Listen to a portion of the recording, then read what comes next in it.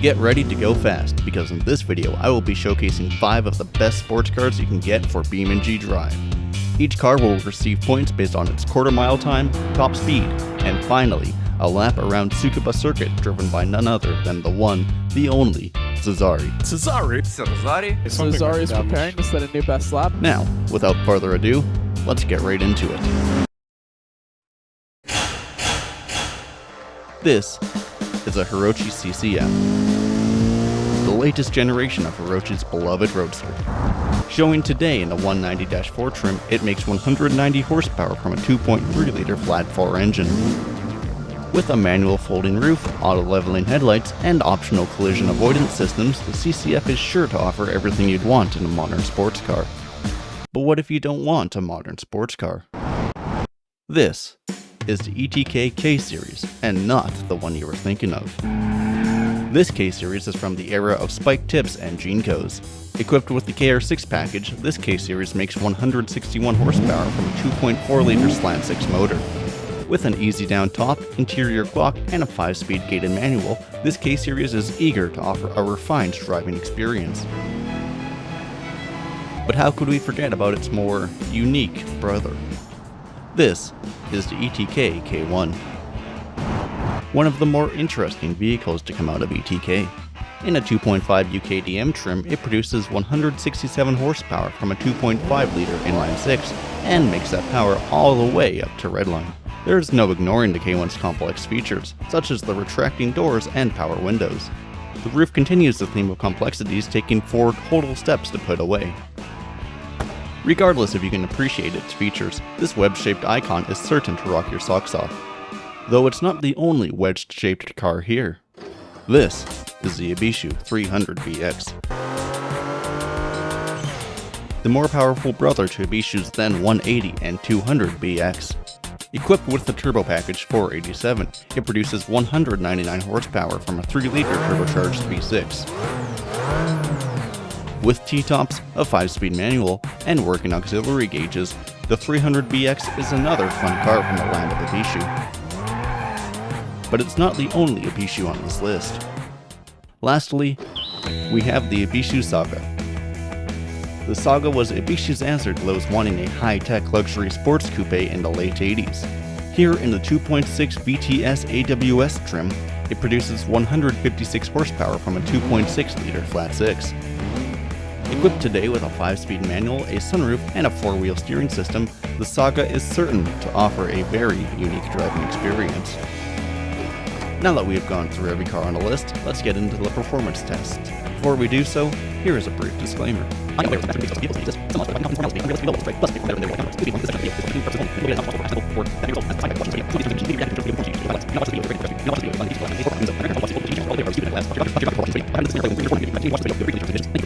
Starting off, we have the Battle of the Ibishus. In lane 1, we have a 300BX Turbo, and in lane 2, the Saga 3.6. Get ready.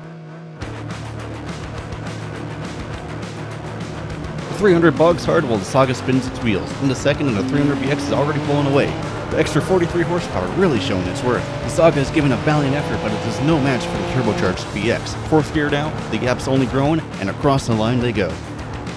The BX managed a time of 14.42, while the Saga got a time of 14.87. We'll see how those times hold up as we race the next cars. Next up, we have the Red Roadsters. The K1 2.5 is in lane 1 and the CCF 190-4 in lane 2. The slight wheel from the K1, but lots of wheel spin from the CCF. Not even one shift in and the CCF is already taking the lead. You can barely hear the K1's larger inline 6 behind the roar of the CCF's flat 4. In the 4th already for the Hirochi, and there's no contest, they cross the line. CCF nearly a second ahead with a time of 13.44. The K1's time was still respectable at 14.20. While it was no match for the CCF, that does put it ahead of the other 2 cars. In the final round, we have the Battle of the Sixes, with the K-Series KR6 in lane 1 and the Saga again in lane 2. The K-Series hooks up while the Saga trips its tires. Both cars are out of the gate at similar speeds, with the Saga beginning to pull. Those extra 5 horses aren't helping the K-Series here. Second gear change, the Saga's lead is growing. Into 4th, it's a car ahead and they're across the line. A clear win for the Saga. K-Series put down a 15.11 time, putting it in last, while the Saga got a 14.90 this race, but we will count the 14.87 from it earlier. That ends Drake Strip Runs, and here are the standings, with the points each car has after that. Now let's see how things shake up in the top speed run at Johnson Valley. We are now here at Johnson Valley's Salt Flats, a 12 square kilometer area of dried up lake bed in the Californian desert. The cars are all lined up, so let's get straight to testing. And they're off. A bit of wheel spin on the slippery salt surface, but nothing too extreme for any of these cars. Symphony of Engines, they all speed past 100 kilometers an hour. 160 now and approaching 200. Let's see who falls behind first.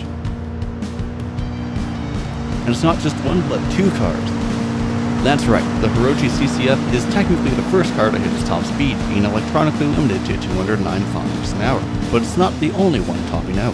Right beside it is a K-Series with a top speed of 210 kilometers an hour, playing leapfrog with the CCF as it bounces off of redline.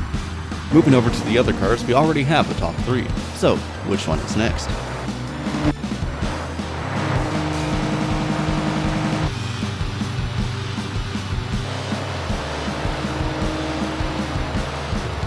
And it's the Saga, not having enough power to push much faster than 213 kilometers an hour. Now we're down to the final two. Which one will it be?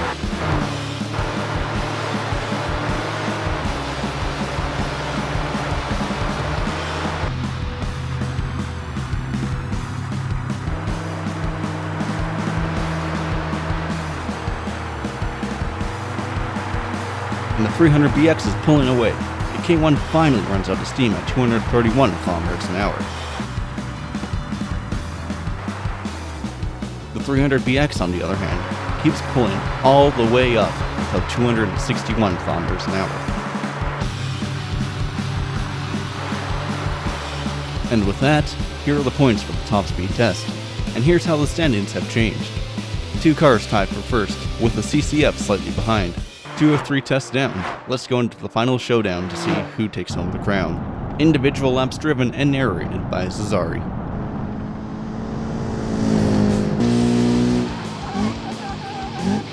While very cool looking and feature rich with nice sounds, the CCF felt super inconsistent on track. It'd get stuck in this understeer state mid-corner unpredictably, like something weird is happening with the suspension.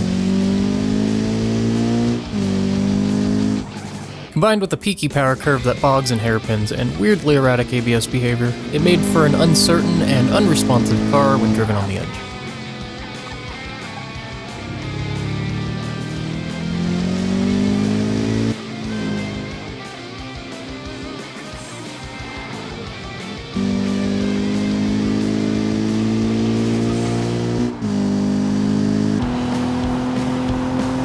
The K-Series was so fun and predictable on track, with reliable brake performance and exceptional turn-in behavior on throttle application.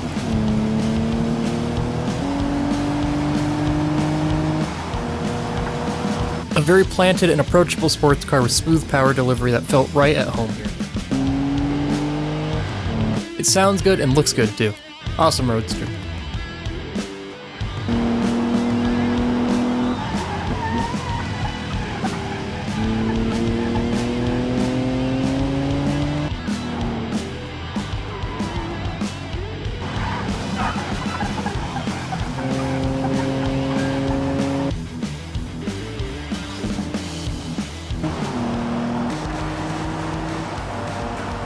The K1 is an incredibly nimble and responsive sports car.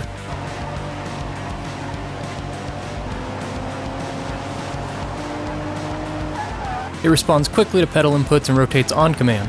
ABS wasn't always the most reliable on the anti-lock part, but it was fairly predictable and able to brake insanely late.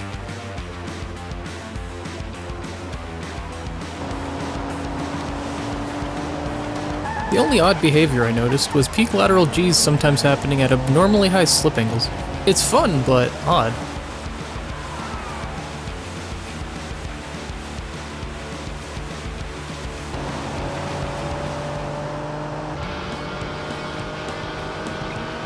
first thing I noticed on the 300BX was the stock brakes. They are tuned absurdly sensitive, starting to lock as early as 30% pedal application. It's also distinctly heavy feeling, sometimes plowing through corners in throttle application and struggling to get back out of understeer states mid-corner. Despite that, this turbocharged trim sounds great, and it does feel good when you can wrestle that needed slip angle from it.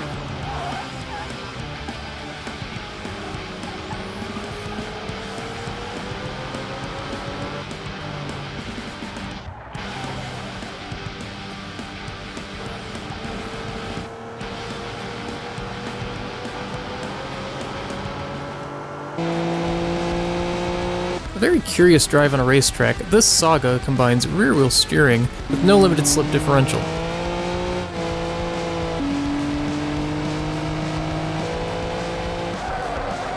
That means it's very agile, but frustratingly unable to use it meaningfully at corner exit on the throttle.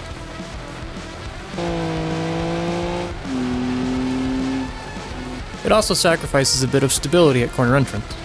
The trim continues to confuse by excluding ABS despite the advanced steering tech, but it's fairly drivable at stock brake pressure despite lacking the assist. The car itself is very poised and looks great, and understeer is not in this car's vocabulary, for better or for worse.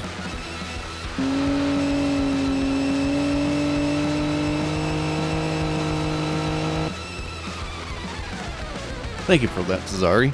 And now for the times. The K-Series put down a time of 1:12.903. The much more powerful 300BX put down a time of 1:13.456. And the Saga with its open diff put down a time of 1:15.711. So that leaves two cars left. The CCF got a time of 1:09.249.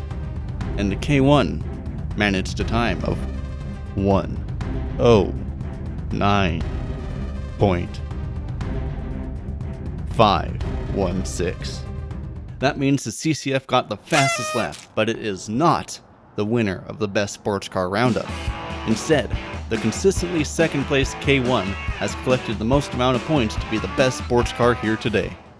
And with that, our contestants drive off into the sunset, ready to compete again in a future video.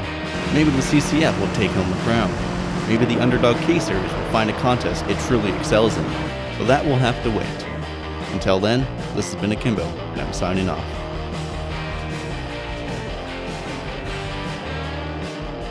Hey guys, thanks for watching and making it to the end of the video. I really don't think this video does it justice just how cool some of these mods actually are. The CCF with its working touchscreen, the K1 with its retracting doors, the Saga with its digital dash, 300BX with its customization, and the K1 with how nice both the model and driving experience are. I'd highly encourage everyone to check out all these mods and see how you like them for yourself. I've also heard that a Saga remaster may be in the works, so stay tuned for that. But for real this time, I'm gone. Bye.